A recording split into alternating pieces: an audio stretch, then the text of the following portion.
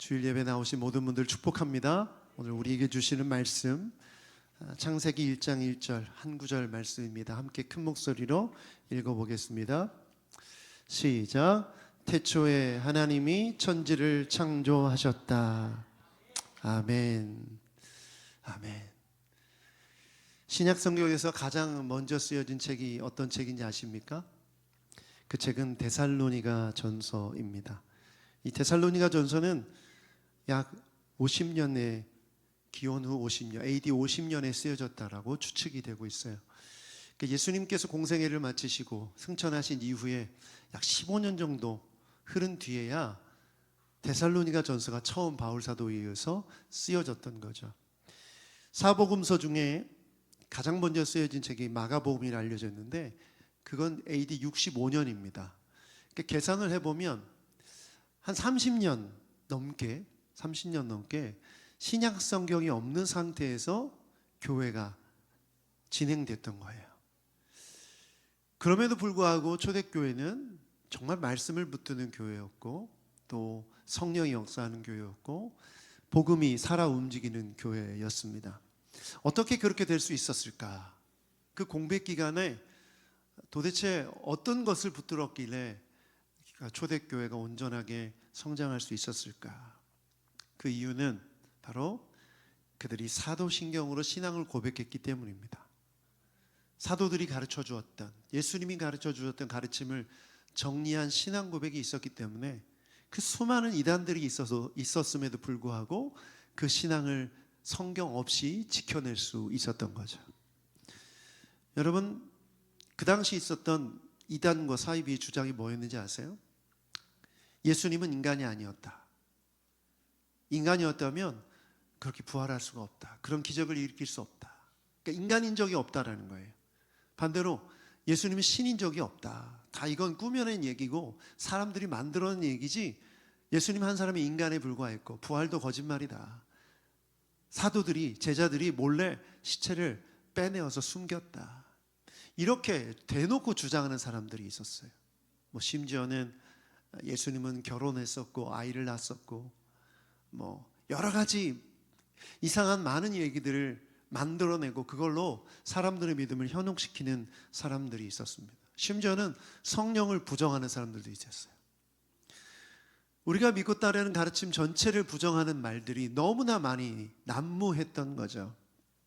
그래서 이 혼란스러운 상황에서 가장 좋은 방법은 성경으로 모든 걸 정리하는 게 제일 좋은 방법이었지만 아직 신약 성경이 쓰여지기 전이었기 때문에 교회는 지도자들이 함께 모여 사도들이 가르쳐준 가르침을 정리해서 사도신경이라는 신앙 고백을 정하고 이걸 예배 때마다 고백하고 또 새신자가 오면 가르치고 세례를 주기 전에 이것을 확인하는 이 믿음을 확인하는 일들을 했던 것이죠. 그래서 얼마 전부터 저희 교회가 사도신경을 예배 시작할 때 선포하고 고백하지 않습니까? 그것을 다시 시작하겠다라는 마음을 하나님이 주셨어요. 왜 다시 시작하게 되었냐면 한 청년이 명지대학교에 입학해서 저희 교회 잠깐 다녔던 적이 있는데 그 청년이 그러는 거예요. 아버지가 사도신경 하지 않는 교회는 가지 말라고 했다고. 그런데 새누리교회는 사도신경을 안 하고 있다고 혹시 이상한 거 아니냐고 물어보더라고요. 그렇게 이제 아버지가 그렇게 말씀하신 이유는 사도신경이라는 신앙 고백이 교회에 있어서 가장 중요하다라고 여겨지기 때문이죠. 그걸 안 한다는 것은 교회의 가르침과 교회가 추구하는 방향에 문제가 있을 수 있다는 의심 때문이죠. 제가 이 얘기를 하는 이유는 그것 때문에 하기 시작했다는 얘기가 아니라 한번 생각을 해봤어요. 지금 이 시대는 그러면 어떤 시대인가? 성경이 주어졌음에도 불구하고 신앙이 흔들리는 시대이다. 여전히 이단들이 많고 여전히 복음을 훼손하고 왜곡하는 말들과 사상들이 많고 성경이 있음에도 불구하고 읽지 않고 따르지 않고 배우지 않는 시대이기 때문에 사도신경이 필요하다는 생각을 했습니다. 또 하나는 덮어놓고 믿는 믿음 때문입니다. 사람들이 믿음이 있다고 하는데 뭘 믿는지를 몰라요. 나는 믿음이 있어요. 신앙이 있어요. 그런데 뭘 믿는데요? 예수님을 믿어요. 그럼 예수님이 무엇을 믿는 겁니까? 이렇게 말하면 조금만 더 깊이 있게 질문하면 대답하지 못하는 그리스도인들이 너무 많은 거죠. 여러분, 이런 사람들이 뭐가 됩니까? 이단의 타깃이 되죠. 믿기는 믿는데 뭘 믿는지 모르는 사람들, 믿기는 믿는데 덮어놓고 믿는 사람들이 너무 많기 때문에 바로 이 시대에 우리 새누리교회는 사도신경을 다시 믿음으로 고백하는, 배우고 또 마음으로 고백하는 교회가 되어야겠다는 마음으로 이 사도신경을 다시 시작하게 되었습니다. 여러분, 그러므로 예배 시작할 때 사도신경 어떻게 해야 됩니까? 주문처럼 외워서는 안 돼요. 자막을 보시면서 또박또박 여러분의 마음을 다해 믿음으로 선포하는 여러분 되길 축복합니다.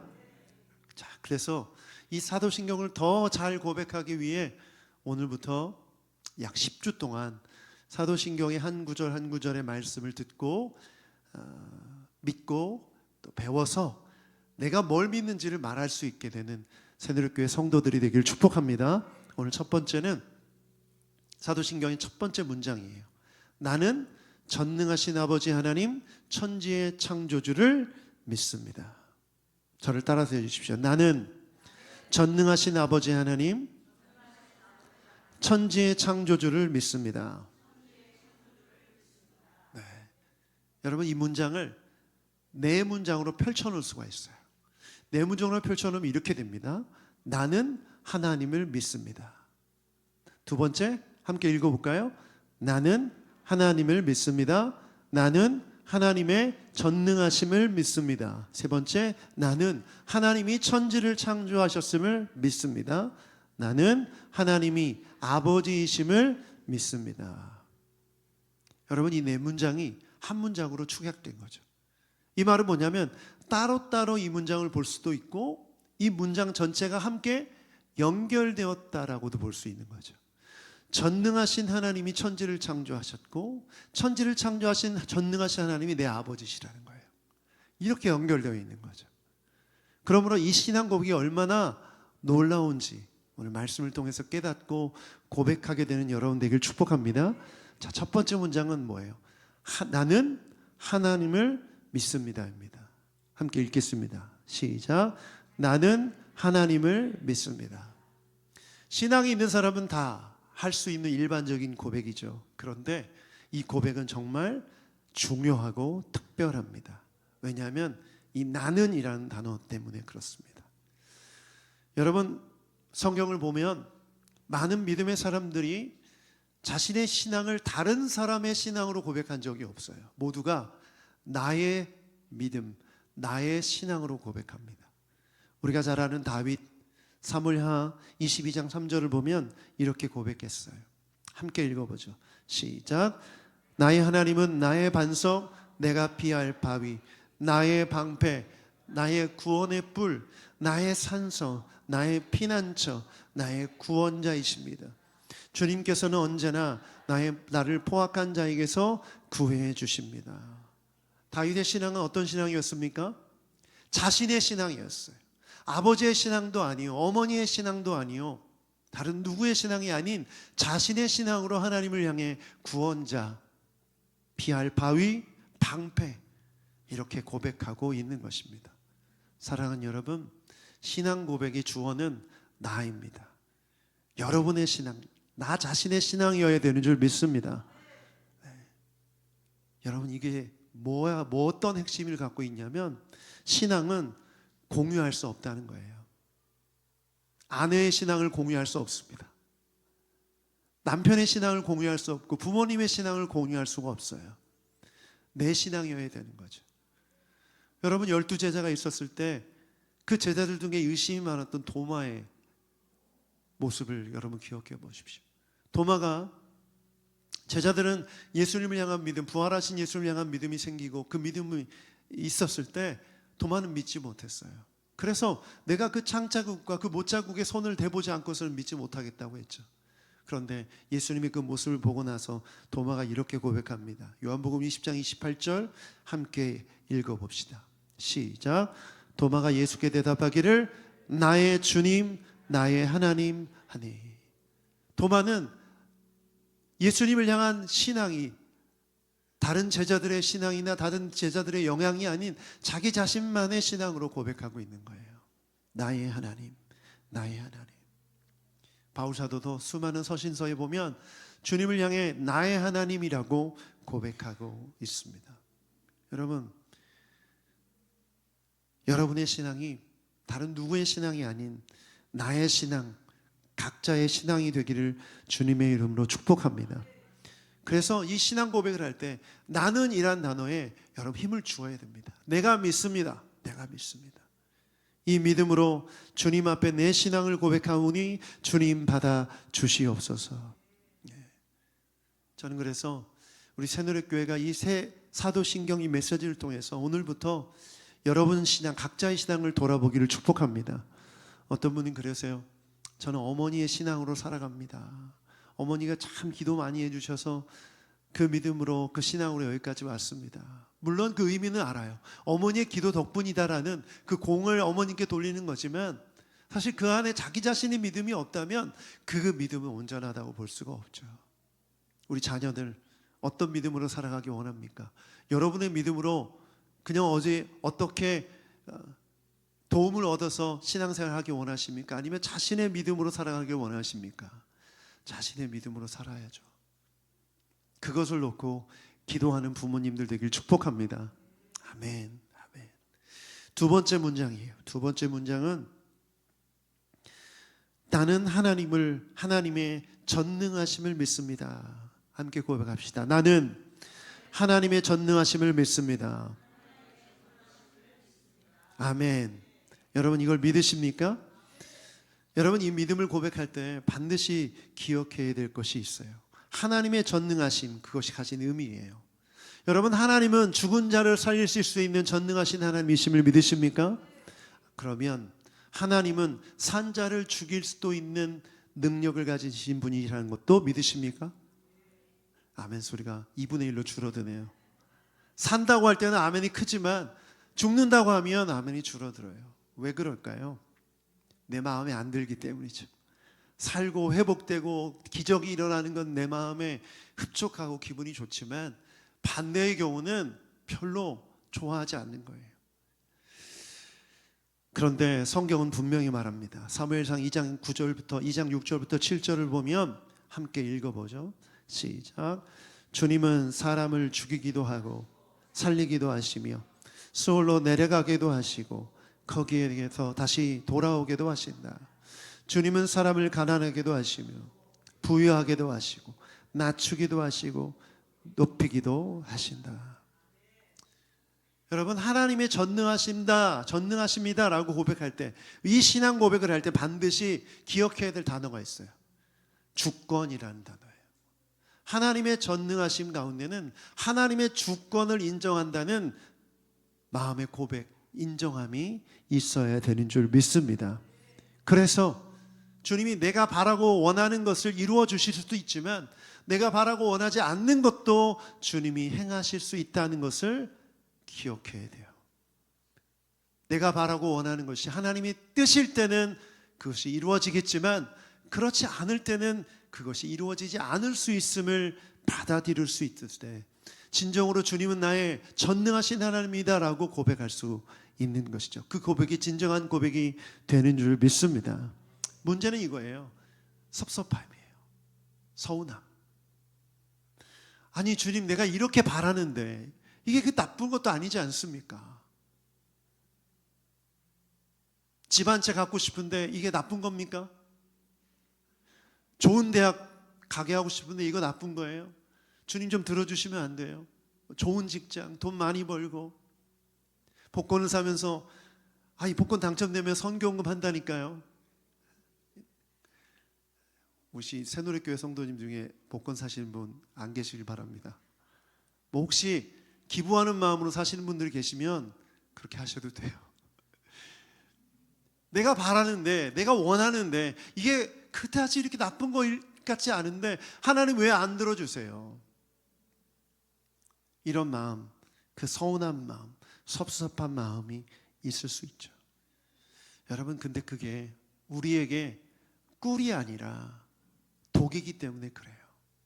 내가 구하고 바라는 게 꿀이 아니라 독이기 때문에 허락하지 않으시는 거고, 오히려 내가 원하지 않는 일도 하나님이 그렇게 하신 이유는 그것이 우리에게 필요한 것이고 유익하기 때문인 줄 믿습니다.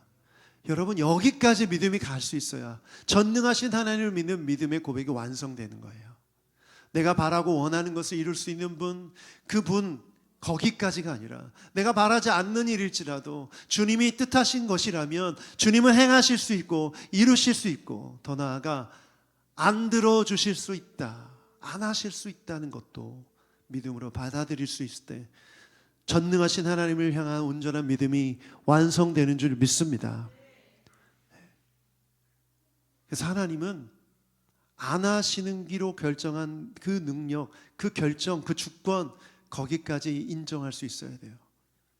아무리 내가 원해도, 좋게 보여도 하나님이 안 하시기로 하신 것에 대해서 받아들일 수 있는가? 여러분, 우리는 무엇을 믿습니까? 전능하신 하나님의 주권을 믿습니다.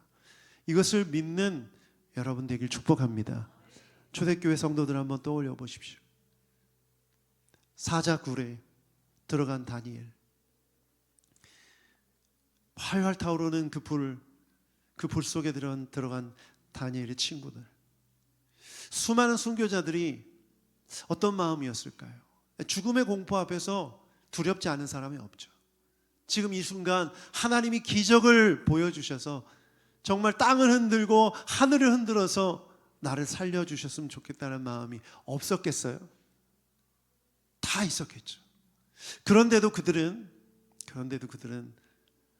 하나님을 원망하지 않고 그 순간 주님의 뜻 가운데 죽어갔습니다. 순교의 자리에 갔어요. 여러분, 그 이유가 뭘까요? 예수님처럼 하늘의 밀알이 떨어져 땅에 썩을 때, 죽을 때 많은 열매를 맺는 것처럼 그들의 죽음이, 기적이 일어나지 않고 그 어려움 가운데서 살아나지 않는 것이 더 많은 열매를 맺는, 더 많은 역사가 일어나는 기회가 되기 때문에 그 길을 걸어갔던 것이죠.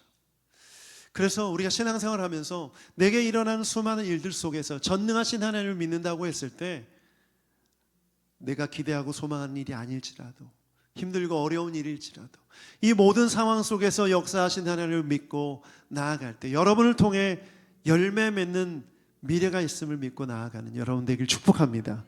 저는 믿습니다.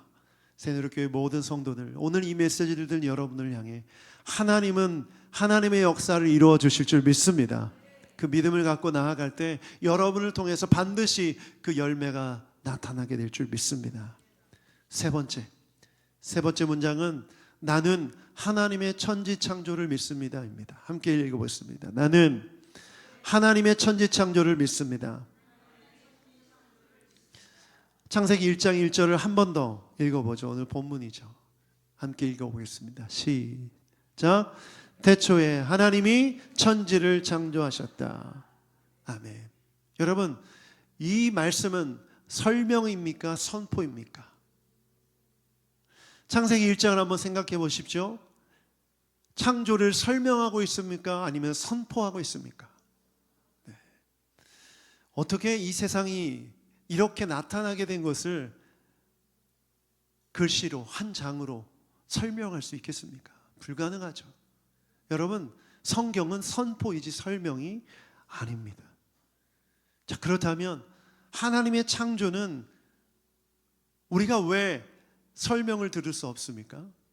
그 이유는 간단합니다. 우리가 피조물이기 때문에. 피조물인 우리가 창조를 다 이해하고 창조를 설명할 수 없는 것은 당연한 것입니다. 태초가 언제인지도 모르고 얼마나 이 세상이 넓은지도 모르고 이 세상 가운데 있는 많은 것들 중에 무엇이 어떻게 생겨나게 됐는지 다 알 수 없습니다. 그래서 욥기를 보면 하나님께서 욥에게 하신 말씀이 있죠. 38장 4절부터 5절까지 함께 읽어보죠. 시작. 내가 땅에 기초를 놓을 때에 내가 거기에 있기라도 하였느냐.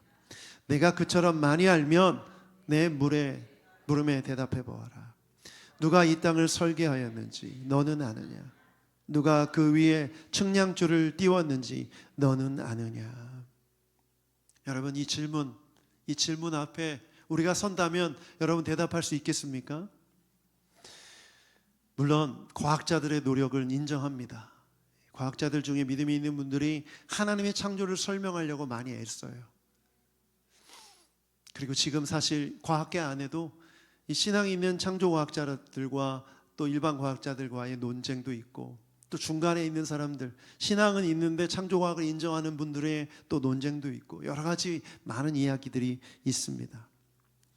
저는 목회자로서 그분들의 노력을 인정합니다. 그분들이 열심히 연구하고 고민하고 또 대화하고 저술하고 실험하고 이 모든 것들을 인정합니다. 그러나 그 모든 그 가설들은 인간이 세운 가설들이에요.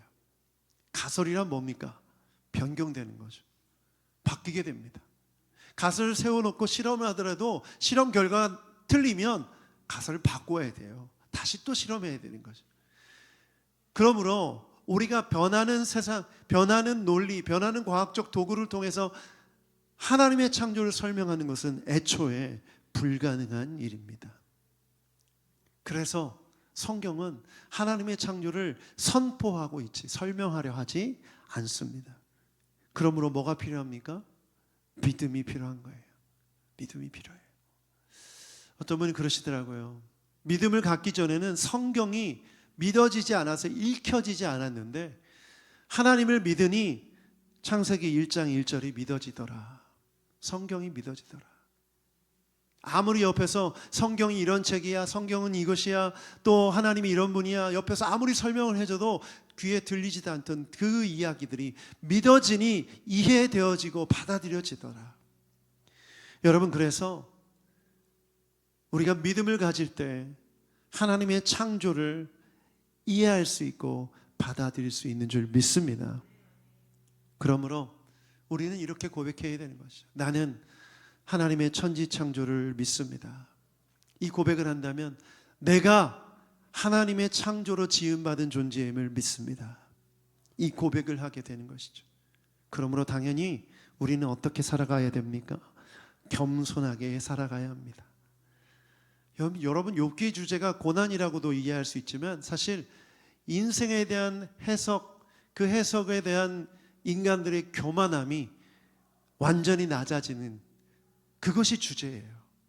교만했던 인간의 모든 논리가 창조주 하나님 앞에서 완전히 버려지는 그 모습이 욥기에 쓰여진 것이죠. 그 주인공이 욥일지라도, 신앙이 좋은 욥일지라도 하나님의 창조하심 앞에 그 하나님의 섭리와 그 하나님의 계획 앞에 겸손하게 낮아지는 것이요. 사랑하는 여러분, 우리가 사도신경의 첫 번째 문장을 고백할 때 여러분 마음 가운데 겸손을 다짐하는 여러분 되길 축복합니다. 우리 중에 공부 열심히 하신 분들 있고, 교수님도 있고, 대학원 졸업생도 있고, 지금도 열심히 공부하시는 분들 계셔요. 그런데 여러분, 우리가 쌓은 지식과 경험, 공부, 이 모든 것들은 하나님의 창조의 섭리 앞에서 진짜 털끝 하나도 내세울 수 있는 것이 아닙니다. 아주 작은 거예요. 그러므로 날마다 이 창조주 하나님을 향한 고백을 통해 겸손하는 여러분 되길 축복합니다. 마지막 네 번째 문장 함께 읽어보겠습니다. 시작. 나는 하나님이 아버지이심을 믿습니다. 전능하시고 천지를 창조하신 창조주가 나의 하나님이시다. 여러분, 이 믿음의 고백이 여러분 가운데 있기를 축복합니다. 그러므로 아버지 하나님을 향하여 고백할 때 아버지 하나님이 나와 함께 계시고 내 찬양과 예배를 받으시고 나를 인도하신다. 여러분, 이 믿음의 고백이 있기를 축복합니다. 그런데 이 고백이 들어간 이유가 뭘까요? 여러분, 예수님이 신성모독죄로 재판을 받으셨죠? 예수님이 왜 신성모독죄로 재판을 받으셨습니까? 하나님을 아버지라고 불렀기 때문이에요. 아니, 어떻게 인간이 하나님을 아버지라고 부를 수 있어? 그 당시 하나님의 이름조차도 부르면 불경죄에 속해서 재판을 받고 혼나는데, 아니 하나님을 아버지라고 부른다? 이건 받아들일 수가 없는 거예요. 그런데 예수님께서 놀랍게도 그 하나님을 너희도 아버지라고 부를 수 있다고 말씀하셨어요. 이건 더 놀라운 거죠. 그래서 마태복음 5장 48절을 읽어보면 이렇게 기록되어 있었어요. 함께 읽어보겠습니다. 시작. 그러므로 하늘에 계신 너희 아버지께서 완전하신 것 같이 너희도 완전하여라. 하늘에 계신 어떤 아버지? 너희 아버지. 따라합시다. 하나님은 나의 아버지다. 여러분, 예수님 당시에 여러분 이 말을 하면 바로 재판에 끌려갑니다. 재판에 끌려가요. 그런데 왜 예수님은 이것을 고백하게 하셨을까요? 여러분, 하나님을 믿는다는 건 하나님의 존재를 인정한다는 차원이 아니에요. 하나님을 향한 지식이 있다는 것을 의미하는 게 아니에요. 여러분이 하나님을 믿을 때 하나님과의 인격적인 관계가 시작된다는 것일 줄 믿습니다. 여러분의 아버지가 되신다는 거예요. 멀리 있는 신이 아니라, 멀리 있는 신을 내가 불러야만, 내가 뭔가를 바쳐야만, 그 신을 기쁘게 해야만 나에게 다가오는 신이 아니라 이미 나와 함께 하시며 나를 사랑하시며 인도하시며 보호하시는 하나님과의 관계가 시작됐다는 거예요. 여러분, 이것을 예배 때마다 삶에서 날마다 고백하는 여러분 되길 축복합니다. 요한복음 16장 27절에 이렇게 말씀하셨어요. 예수님께서 하신 말씀 함께 읽어보죠. 시작. 아버지께서는 친히 너희를 사랑하신다. 그것은 너희가 나를 사랑하였고 또 내가 하나님께로 온 것을 믿었기 때문이다. 아멘. 하나님 아버지는 우리를 사랑하시는 줄 믿습니다. 요한일서 3장 1절 함께 읽어보죠. 시작. 아버지께서 우리에게 얼마나 큰 사랑을 베푸셨는지를 생각해 보십시오. 하나님께서 우리를 자기의 자녀라 일컬어 주셨으니 우리는 하나님의 자녀입니다. 세상이 우리를 알지 못하는 까닭은 하나님을 알지 못하기 때문입니다. 아멘. 여러분 믿으십니까? 하나님의 사랑하는 자녀가 되었어요.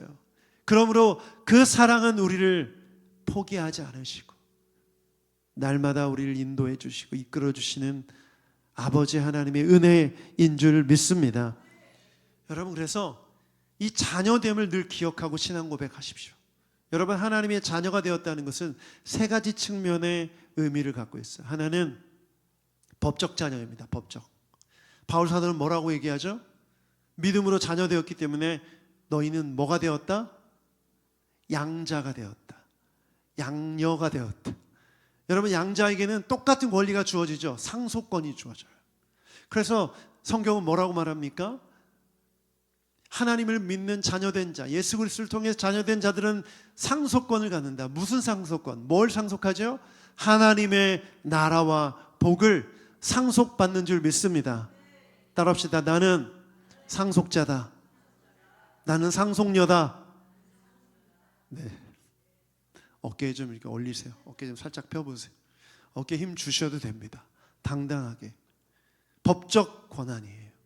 두 번째는 영적 자녀, 영적 권한을 가집니다. 여러분, 우리가 하나님의 자녀 됐다는 것은 뭘 뜻하죠? 하나님의 형상을 회복하는 거예요. 여러분, 하나님은 우리를 하나님의 형상으로 지으셨습니다. 그런데 죄로 인해서 하나님의 형상을 가진 인간이 그 형상이 파괴된 거죠. 사람을 죽이고 날마다 마음속에 일어나는 그 죄악 가운데, 탐욕 가운데, 욕심 가운데 살아가던 우리를 예수 그리스도를 통해 십자가의 은혜로 회복시키셔서 하나님의 형상을 닮은 하나님의 자녀로 우리를 이끌어 가시는 줄 믿습니다. 어떤 분들은 여러분의 외모, 인간의 외모가 하나님의 형상이라고 말하는 분들도 있는데 저는 동의하지 않아요. 왜냐하면 외모가 너무 차별적이기 때문에. 하나님의 형상을 닮았다는 건 여러분이 영적으로 닮았다는 거예요. 하나님을 영으로 만날 수 있고 대화할 수 있고 소통할 수 있는 그런 관계로, 하나님의 뜻을 이해하고 하나님의 나라를 이해할 수 있는 그런 존재로. 여러분, 반려견이 하나님의 나라를 꿈꿉니까? 하나님의 사랑, 십자가의 은혜의 복음을 이해할 수 있어요? 없어요. 정말 사랑스러운 존재이긴 하지만 그렇지 않아요. 여러분, 이걸 구분할 수 있어야 돼요. 그러므로 우리가 예수 그리스도를 통해 하나님의 자녀가 되었을 때 이 영적인 자녀, 영적인 모습으로 하나님의 형상을 닮은 존재로 회복되는 줄 믿습니다. 세 번째는 정서적 자녀, 정서적 특권을 누리는 거예요. 여러분, 부모님의 사랑을 많이 받은 자녀의 특징이 뭐예요? 안정감이죠. 뭐 학교든 직장이든 세상 속에서 어떤 일을 겪어도 부모의 사랑 안에 거하기 때문에 안정감을 누려요. 똑같습니다. 이 세상 마귀가 입을 벌리고 삼킬 자를 두루 찾아다니는 이 세상 속에서 이리 치이고 저리 치이고 나 혼자 걸려 넘어지고 누가 걸어서 넘어지고 이런 세상 속에서 하나님의 사랑으로 채워지는 사람은 이 세상 속에서 안정감을 누리며 살아가는 거예요. 왜? 아버지 하나님은 우리를 그렇게 사랑으로 채워주시는 분이신 줄 믿기 때문에. 여러분, 이 믿음이 있기를 축복합니다. 그러므로 내가 법적 자녀로 양자되었고 양녀되었고 상속받고 영적으로 하나님의 형상을 닮은 존재로 하나님과 소통하며 날마다 내 정서 가운데 내 감정 가운데 하나님의 사랑을 채우고 살아가면 잘 살 수 있는 거예요. 여러분, 그래서 이 신앙 고백이 얼마나 놀라운 고백인지 이제 이해가 되십니까? 그러므로 나는 전능하셔서 천지를 창조하신 아버지 하나님을 믿습니다. 여러분, 이 고백으로 이 세상을 살아가는 여러분 되길 축복합니다. 그래서 여러분, 이것이 우리가 하는 기도에 다 들어갔다고 생각해요. 여러분, 기도, 우리가 주님 앞에 나아갈 때 드리는 이 기도, 전능하신 하나님께 하나님의 뜻을 구하고 또 우리의 아버지 되신 하나님께 내 고백을 드릴 때 주님이 응답해 주실 줄 믿습니다. 제가 아들과 딸로부터 전화가 오면 금방 알아요. 돈 달라는 거구나. 또 이제 자취생활하는 또 기숙생활하는 자녀들은 필요한 게 있으면 용돈 주는데 용돈에서 해결하려고 하지 않고 주문해 달라고 합니다. 온라인으로 주문해 달라고. 그러면 이제 기꺼운 마음으로 주문해 주고 보내주는데, 만약 애들이 이렇게 주문해 달라는 것을 멋쩍어하고 막 부끄러워하고 불안해하고 이러면 굉장히 마음이 서글플 것 같아요. 내가 이렇게 해줄 수 있음을, 그런 능력이 있음을 감사하고 또 당당하게 부모인 저희에게 그것을 요구하는 것이 저희 마음이 기쁘죠. 그래서 힘나는 난 부모라면 자녀에게 그렇게 공급해주고 싶은 마음이 있을 거예요. 물론 이제 독립하고 자기 직장을 갖고 일을 하게 되면 반대가 되겠죠. 제가 막 연락해서 뭐 필요하다 이렇게 얘기하면 또 공급해주는. 여러분, 하나님과의 관계가 그런 거라고 저는 생각해요. 기도할 때 여러분이 필요한 것들, 여러분에게 꼭 필요한 것이고 좋은 것이고 정말 독이 아니라면 우리 주님은 아낌없이 채워주실 줄 믿습니다. 그러므로 우리가 주님 앞에 구하는 간절함이란 영적 자녀로서, 하나님의 자녀로서 그 당당한 가운데 요구할 수 있는 권리예요. 그런데 왜 권리를 안 쓰세요? 기도 왜 안 하세요? 알아서 해주시겠지? 맞아요. 알아서 해주시지만 하나님께서 주시는 특별한 응답, 특별한 인도하심을 경험하고 그 은혜 가운데 살아간다는 건 그저 어떻게 되겠지 방치하면서 살아가는 인생과 아주 큰 차이가 있는 거예요. 여러분, 우리 주님은 여러분의 기도를 통해서 역사하시는 줄 믿습니다. 저는 에스더서를 묵상하면서 모르드게와 에스더를 보면서 그런 생각했어요. 이 모르드게라는 사람이 이런 상황 속에서 다 체념하고 그래 죽이면 죽어야지 이렇게 나아간 것이 아니라 베옷을 입고 금식하며 하나님 앞에 기도했을 때 하나님이 역사하신 것을 보면 하나님이 일하시는 방법이 이런 방법이라는 거예요. 여러분, 자녀로서 필요한 것을 구하십시오. 물론 안 들어주실 때 서운할 수 있지만 여러분, 그 섭섭함을 이겨내는 거, 하나님과의 관계 속에서 하나님을 누리는 것이 진정한 부녀 관계, 부자 관계인 거예요. 아버지 하나님은 그렇게 누리는 여러분 되길 축복합니다.